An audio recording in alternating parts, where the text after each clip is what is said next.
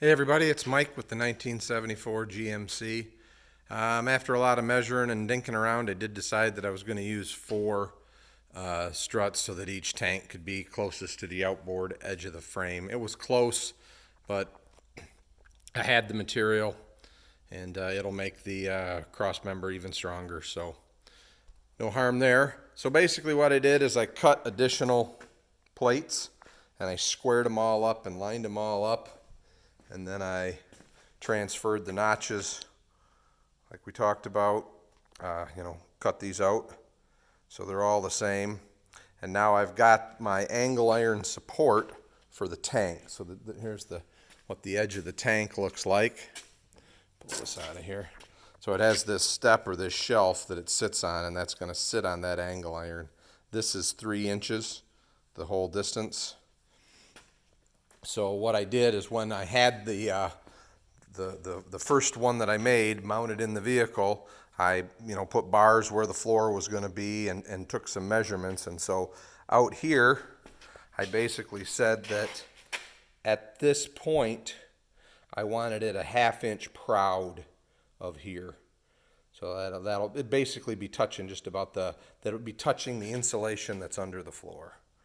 And then at this point, which is at the aluminum cross member, touching plus 1/8. So I wanted it 1/8 more. So basically, I made marks, drew a line, and positioned that piece of angle iron. But you can see that got like 1/8 proud there, and here it should be, like a 1/2 proud. So that's what I want. So now I have the angle iron clamped to the 4 pieces that are clamped together. I don't know if I can zoom in here. You can see my line right there that I drew to put that on. And basically this is just a little bit, the angle iron is just a little bit shorter than the tank.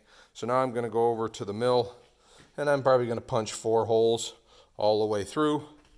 And then I'll copy those 4 holes to the other 3 struts so that I can bolt those together.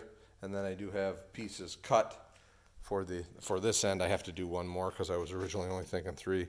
For right here, that'll then bolt to the rearward cross member. And then I do have to make the cutout,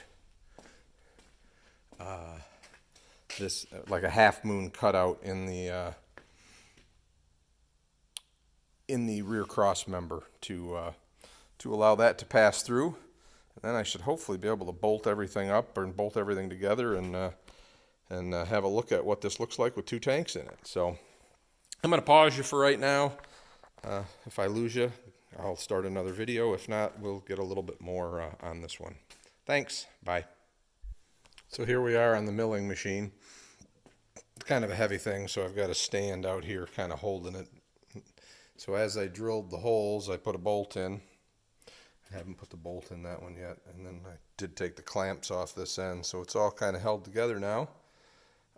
So the next step is to transfer the holes to the angle iron, and as I didn't make this perfectly symmetrical, it's pretty close, but as I didn't make it perfectly symmetrical, I'll have like 2 rights and 2 lefts for these. Like